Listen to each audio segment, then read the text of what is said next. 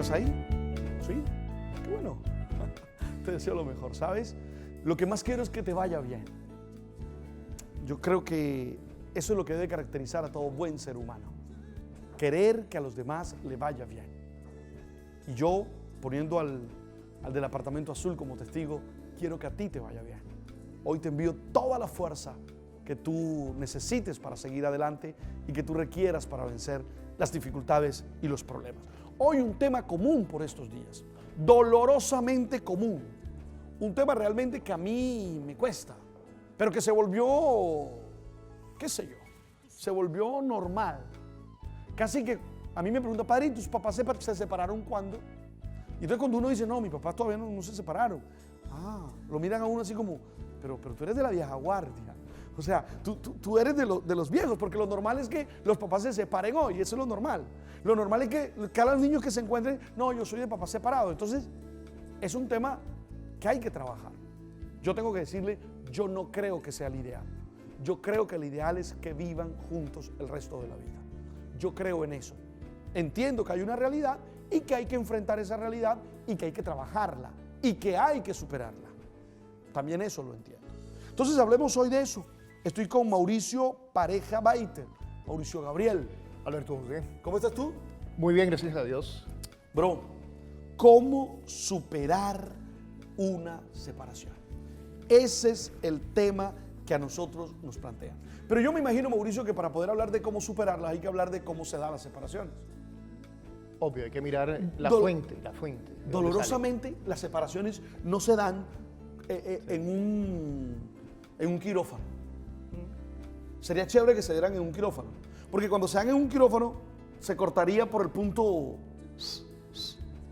y la cortadura sería impecable. Sí. Y si en el futuro se van a unir, eso sería facilito pegarlo. Sí. Pero no, normalmente se da como una desgarradura. Sí. ¡Ras! Quedan tiras, Flecos de un lado y de otro, que duelen, que son terribles. Normalmente, ¿cuáles son los motivos de separación? Yo tengo varios aquí, Mauricio. Tengo inmadurez, egoísmo, falta de comunicación, rutina, falta de sinceridad, infidelidad, cacho, cualquier vaina de esas que quepan ahí en falta de sinceridad, inseguridad y todas juntas. todas las anteriores. No sé, ¿qué piensas de esas causas? A ver, yo creo que aglutina una serie de factores que también son reflejo de lo que es nuestra cultura. Yo creo que el asunto, con toda esa lista, más las que faltaron, son en cierta medida reflejo de nuestra época, el tiempo en el cual estamos viviendo. No significa que antes no había separaciones, no significa que antes no había rupturas, no significa que esto sea algo nuevo que estamos descubriendo, no. La lista que mencionas, egoísmo, falta de comunicación, etcétera, están reflejando en cierta medida cómo nuestra cultura está manejando el tema de la unión, cómo nosotros nos unimos como pareja. Eso también va a implicar cómo nos separamos. Habría que echar una mirada de nuevo. Sí, de nuevo, cómo se están juntando las parejas. O sea, ¿tú Inclúyeme crees? en la lista, porque yo soy casado, acuérdate que yo no soy sacerdote. Hay personas que me ven hablando con el padre Linero y después me dicen, padre, mire que... No, estoy hablando como Pero casado usted es el también. papá de Sofía y José Alejandro, el esposo de Yana. Por cierto, Sí, saludos, señor. José Alejandro. Y dile que los retos, dile que cuándo es que Sí, vamos a jugar sí, sí. tenis. Estamos pendientes. Dile que por favor. Estamos pendientes. Y de Yana, bueno, y un beso a Yana y un beso a Sofía también. Tú dices, Ajá. ¿cómo se juntan? De alguna manera. Va a manifestar o nos va a dar señales de por dónde se van a separar. Bueno, desarrolla más No eso. no es causa y efecto, porque tú sabes que de una u otra manera yo no manejo el pensamiento lineal, más bien sistémico, pero sí creo que hay una cierta correlación que sienta las bases para que las cosas sucedan. Dame ejemplos de eso. Dame ejemplos de eso, porque así Piensa, por ejemplo, tú que me estás viendo y que estás casado, cómo conociste, cómo te juntaste, cómo empezaste tu relación. Entonces uno dice, no, es que la relación en el noviazgo fue muy rápido. Y otro dice, no, es que el noviazgo fue extremadamente largo. Y entonces uno diría, bueno, se supone que el largo va a durar más. El largo se conocieron, pero mentira. El asunto es que cuando estamos en el proceso de conquista, en el proceso de enamoramiento, en el proceso de construcción de pareja, estamos tratando de mostrar nuestra mejor parte, porque buena parte del proceso de enamoramiento es un proceso inconsciente. Eso lo hemos hablado muchas veces Nosotros, Y me he ganado cualquier cantidad de... sí, y de quedó comentarios. plasmado en un libro que se llama Cambia relaciones de pareja. Es decir, son los procesos inconscientes, muchas veces los que están jugando en el proceso de selección de pareja y en el proceso de constitución de relaciones de pareja. ¿Qué sucede? La persona no está dándose cuenta que lo que está buscando en cierta medida es retener a esa persona que le genera placer, esa persona que le genera satisfacciones de tipo bioquímico, de tipo hormonales, de tipo orgánico. Para ser más claros, piensa por qué haces tantos sacrificios por tu novia y después cuando te casas con ella, ya los sacrificios como que no aparecen por ningún lado. Uno como que lo piensa 2 veces, como que el impulso se le acabó. Y entonces inmediatamente lo que dicen es, se te acabó el amor. No, no se te acabó el amor. Estás viviendo un proceso de tolerancia a una droga que se llama serotonina y que se llama dopamina. Así de crudo es el asunto. Suena muy cruel. Cruel, terrible. Cuando lo digo así la gente dice, mataste el amor. No, no maté el amor. De pronto la ingenuidad con la que uno vive el amor, quizás, tal vez, a lo mejor. Es lo que pasa, por ejemplo, con los drogadictos. Los drogadictos llega un momento en que la droga con la que iniciaron generan tal nivel de tolerancia que de ahí para adelante la misma dosis ya no le sirve. Miren el mismo proceso de enamoramiento. La primera vez que se miraron, engancharon las miradas, engancharon los corazones. ¿Qué sucede? Automáticamente tratan de llamarse más, tratan de verse más, tratan de olerse más, Ajá. tratan de juntarse más. ¿Por qué? Porque eso va creciendo. El deseo de que el cuerpo genere esas sustancias y produzca placer va incrementándose. Hasta que llega un momento en que la dosis ya no te alcanza, ya no te produce el mismo placer y tienes que meterle más y más y más hasta que Esa llega es la un razón momento por la que hay sobredosis, ¿no? sobredosis. Y no solo eso. Esa es la sino- razón por la cual hay sobredosis en los adictos. En- Es decir, en las drogas. un adicto antes con un pase, pan, Sí, quedaba queda- listo. queda- Ahora tiene que pegar 2 pases, Claro. después 4, después 20, después 30. Y normalmente empiezan con las llamadas drogas blandas y después te dan el salto a las drogas duras. Sí. Que por lo menos ahí expreso yo mi punto de vista. Por eso me parece un peligro la legalización de las drogas. Porque te están dando el paso para que las drogas blandas te sirvan de pretexto para dar el salto a las duras. Sí, porque ahora hay una cantidad de gente diciendo, no, pero es que la marihuana No hace nada. es inocua. hasta buena. Medicinal. El ¿Cómo que problema lo- es que el problema es, Lo proponen ahora como drogas recreativas. claro, el problema, Mao, es que yo conozco amigos míos Claro. que se fumaron un tabaco marihuana y nunca más se fumaron nada. Pero Sí. también conozco amigos míos que se fumaron un tabaco Sí. marihuana y nunca más dejaron de hacerlo y están de desechables en las calles. Coge la misma analogía y mira el nivel de promiscuidad que estamos viviendo en nuestra sociedad. Ok. ¿Qué pasa? Que una relación de pareja que quiere construir fidelidad, que quiere construir respeto, hombre, el cursito debería ser un cursito de fidelidad y de respeto, pero el curso prematrimonial que hacen muchas parejas es gózate a cuanta vieja se te atraviese, gózate a cuanto más se te atraviese, porque cuando te cases vas a ser fiel. Absurdo. Claro. Y Es más o menos lógico. como decirle a un basquetbolista, acuéstate a dormir y engórdate, que y después- guarda calorías que cuando Sí. juegues Todas esas calorías se te van a se ir. van a ir. Sí. ¿Cómo no? Entonces, si el curso va a ser de fidelidad, no hagas curso de promiscuidad, porque por ahí no vas después a tener nivel de control. ¿Qué pasa? Que cuando llegue el nivel de tolerancia en la relación, la persona no se va a satisfacer con esta, entonces automáticamente mira a la vecina, mira del otro lado, y empieza la búsqueda de la droga, porque en el fondo están buscando la droga que genera el organismo. Es una droga que se activa al ver al otro, al oler al otro, al sentir al otro, y la produce tu organismo. Ok. Bien, pero mi pregunta es, ¿cómo superan los niños esta separación? Ya se dio. No fue lo que ellos esperaban, no fue lo que ellos soñaban, porque nadie se casa para separarse, Sí. pero se dio la separación. Al volver, quiero que me precises Sí. unos tips o que me precises una reflexión en torno a cómo Sí. se puede superar eso. ¿De acuerdo? Vale. Ya vengo.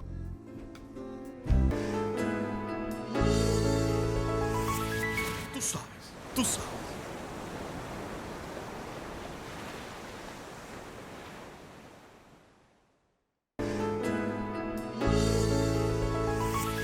Tú sabes, tú sabes.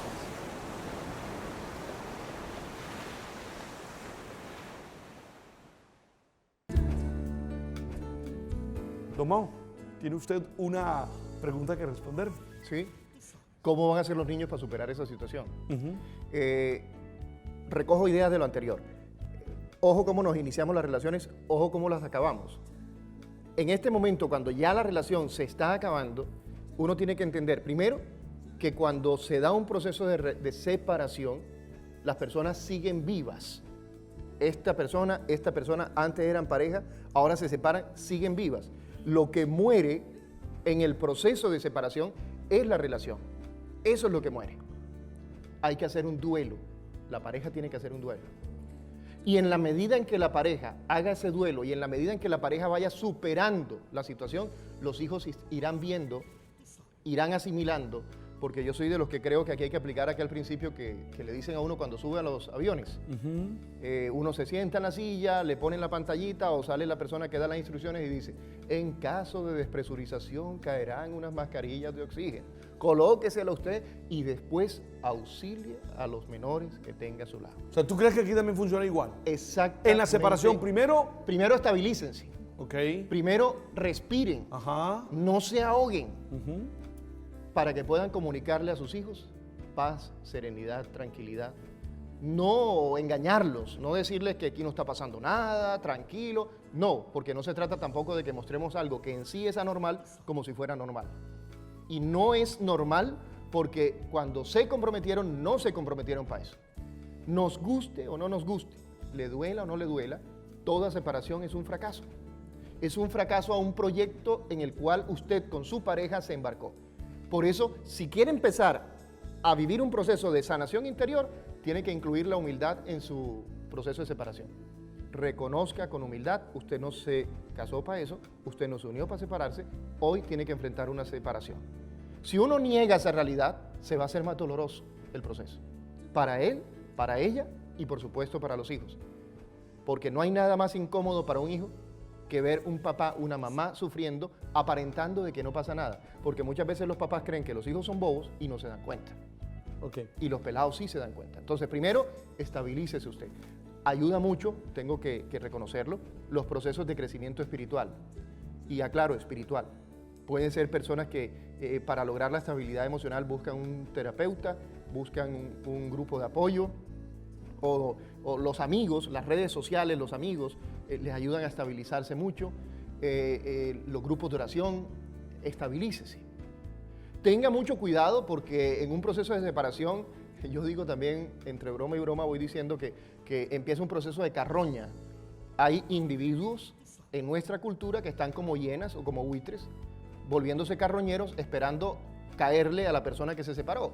Entonces, ¿qué pasa? Tienen que tener mucho cuidado porque si la idea es estabilizarse, tiene que ser muy selectivo a la hora de elegir sus amistades, las personas con las cuales va a compartir su problema. Porque desafortunadamente muchas veces empiezan a compartir su problema con el compañero de trabajo. Y el compañero de trabajo le dice, ven y llora aquí. Y llora aquí, es que por dentro está pensando, esta cae. Esta cae. Y entonces, eso le decía también a una paciente el otro día que me decía, no, andan como buitres detrás de mí. Yo le dije, ten cuidado y te vuelves carroña, porque tú no eres carroña. Recupera tu dignidad. Sí, si lo que tienes son buitres al lado. Uno no sabe, yo no la vi, no era carroña. No era carroña y estaba en peligro de volverse carroña. Eso sí es real, es decir, porque la persona está vulnerable. Mau, Vulnerable. ¿con los niños qué hacemos? Ya está claro qué hacemos entre los adultos. Sí. Se estabilizan los adultos. Son capaces de entender que fracasaron, son capaces de entender que no lo hicieron bien. Pero los niños, ¿qué hacemos con los niños? Termino la idea de esto. El mejor educador de los hijos se llama San Ejemplo. San Ejemplo. Más que el discurso, el ejemplo. Un papá que anda vociferando, ya entré al mercado del usado, y lo dice con una sonrisa, como si fuera un carro de segunda. ¿Qué mensaje le está mandando al hijo? Ahora, enfoquémonos en el hijo en sí mismo como tal, que entiendo que la pregunta va por ese lado. Sí, claro. Primero, uno tiene que entender que hay hijos que expresan su dolor, hay hijos que se tragan su dolor. Hay hijos que son introvertidos, hay hijos que son extrovertidos. Y cada papá tiene que estar atento a la realidad individual de cada niño.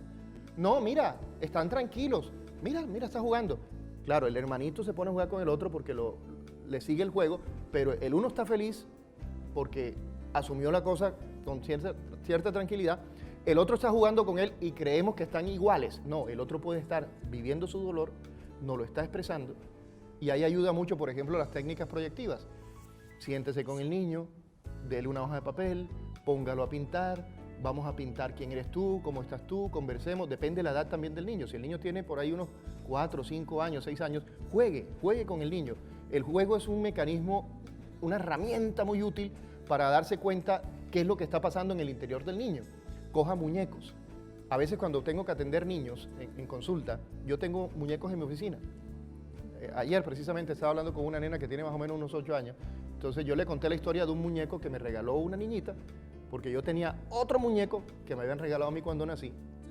Y entonces la niñita se asustó y dijo, no, ese muñeco se va a desbaratar. 45 años tenía en esa época cuando le mostré el muñeco. A la sesión siguiente, la niña me trajo un muñeco nuevo y me dijo, para que tu muñeco no se dañe. Como quien dice, no prestes más ese y utiliza este. Estábamos hablando de separación, ella, su ternura, su sentido de protección. Entonces yo empecé a hablar de eso, por qué me había regalado el muñeco, qué significaba para ti eso, se lo prestamos a fulano. A través del juego empezamos a conversar y la niña fue exteriorizando su deseo de sentir que no se iba a quedar indefensa, sin protección, en una situación que ella no sabía para dónde iba. O sea, lo que tenía dentro era el miedo que al separarse de sus papás quedara sola, quedara desprotegida. No lo expresaba, los papás creían que todo estaba bien. Y con un simple muñeco pudimos sacar lo que estaba dentro sin que ella se sintiera atacada, vulnerada, herida. Esta otra niñita a la que le presté el muñeco, apenas se lo entregué, lo primero que hizo fue actuar como si fuera una mamá. Lo acariciaba, lo protegía. Entonces yo le dije, ponle un nombre. ¿Qué nombre le pondrías a ese muñeco? Entonces ella le puso nombre de niña, que también es una de las cosas interesantes. Depende del nombre que le ponga, uno sigue la conversación. A veces le pone nombre de niño, a veces le pone nombre de niña, y no es casualidad, uno tiene que saber hacer la pregunta para ver cómo engancha. Si me pone nombre de niña, yo empiezo a intuir, de pronto me va a hablar de ella, o de pronto me habla de la hermanita, por eso ya conozco el entorno familiar, o de pronto si le pone nombre de niño me está hablando del hermanito, y ustedes saben que es más fácil decir, tengo una tía que le pasó tal cosa, y uno está hablando de uno. Sí, claro. ¿Sí? Entonces, todas esas herramientas nos ayudan a ver qué es lo que está pasando dentro del corazón del niño. No hay fórmulas universales, quisiera darte aquí un recetario de cómo proceder con cada niño, pero desafortunadamente o afortunadamente no lo hay. Creo que hay unas estrategias de afrontamiento, una de esas puede ser el juego, otra de esas puede ser la observación directa, otra puede ser contarle historias en la cama, a los niños les gusta mucho que le cuenten historias. Si ya son adolescentes, entonces hay que buscar otros mecanismos de acercarse al niño, puede ser la salida. Creo que son más las estrategias las que nos ayudan a entender qué está pasando. Yo investigué y me encontré, por ejemplo, que uno que decía permitir que se expresen. Y decía, es inevitable que la separación de los padres cause un efecto en los hijos a cualquier edad. Ellos viven como un duelo porque es una pérdida e implica para ellos un cambio de vida.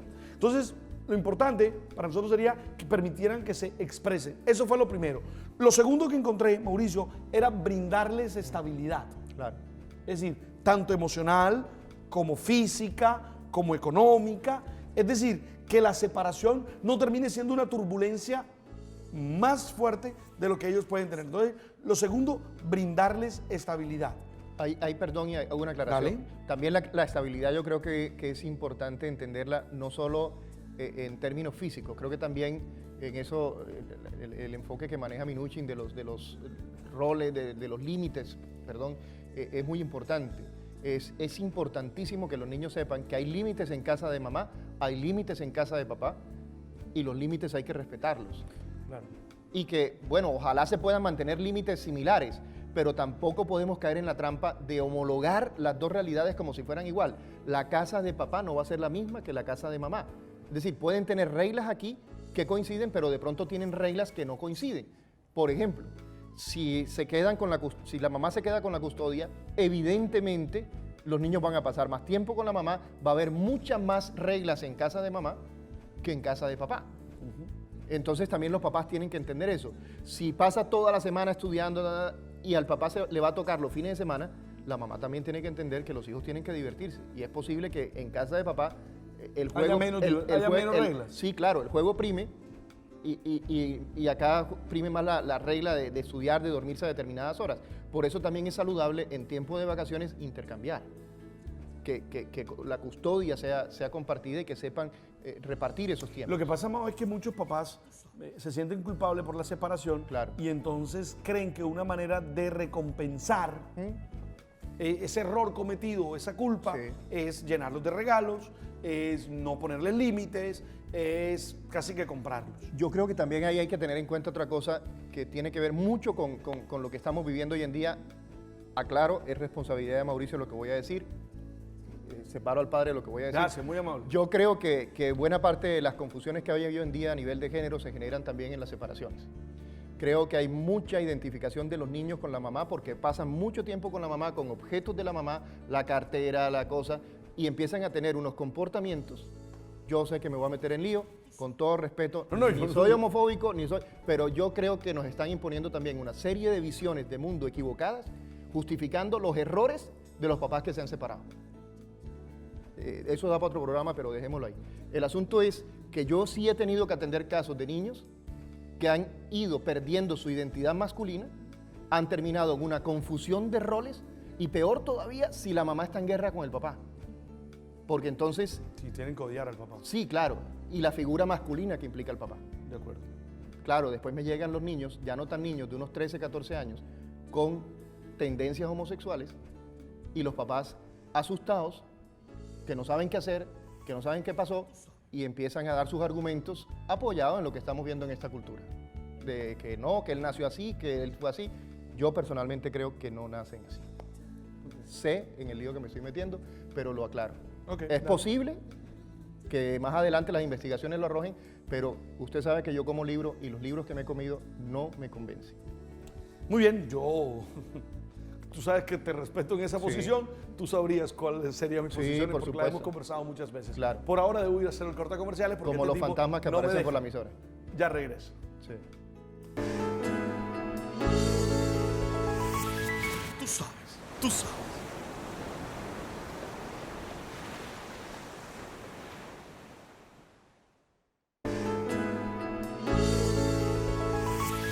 Tú sabes, tú sabes.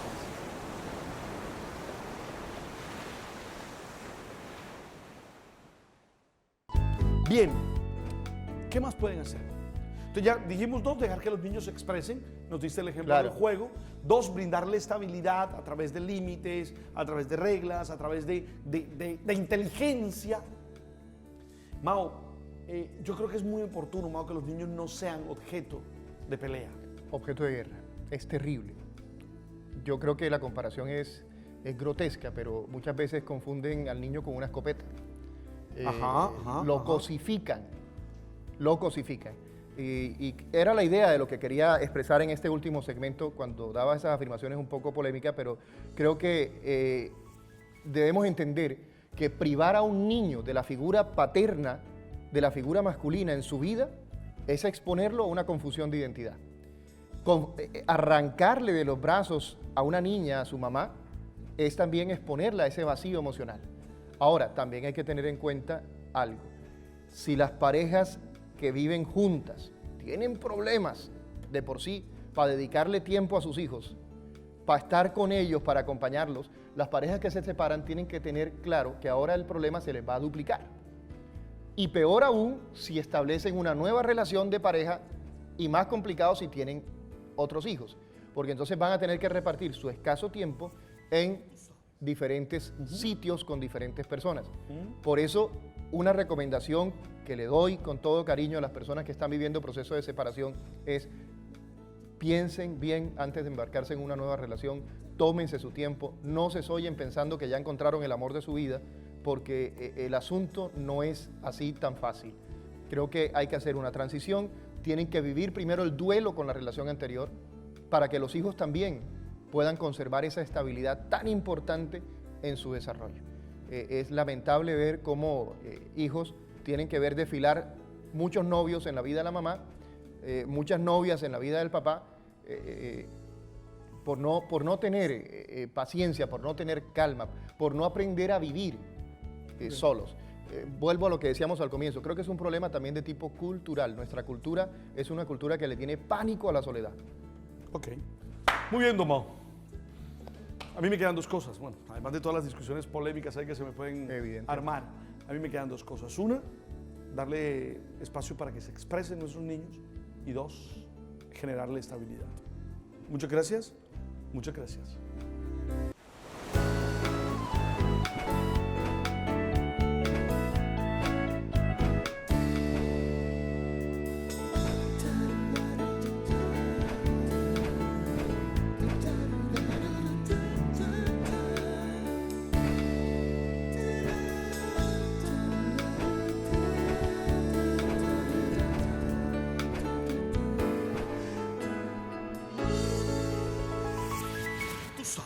tú sabes.